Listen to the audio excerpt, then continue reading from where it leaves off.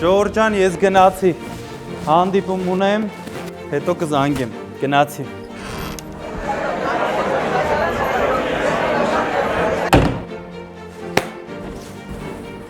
Ալեքսանյան, ի՞նչ ա պատահել։ Ժողովրդին ասել ենք 300,000 աշխատատեղ պիտի ստեղծենք։ Ասել ենք, անելու ենք, խնդիրը ո՞րն է։ Հա, բայց մի հատ նայ տես ովքեր են եկել։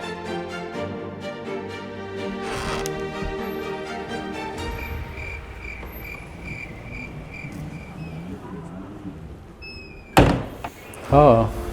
խնդիր է։ Գիտես, բայց մենք ասել ենք ու հավատում ենք դրան, որ մեր հասարակության համերաշխությունն է պետք։ Ու անգամ իրանք ունենալու են աշխատանք, բայց այս անգամ առանց պարգևավճարի։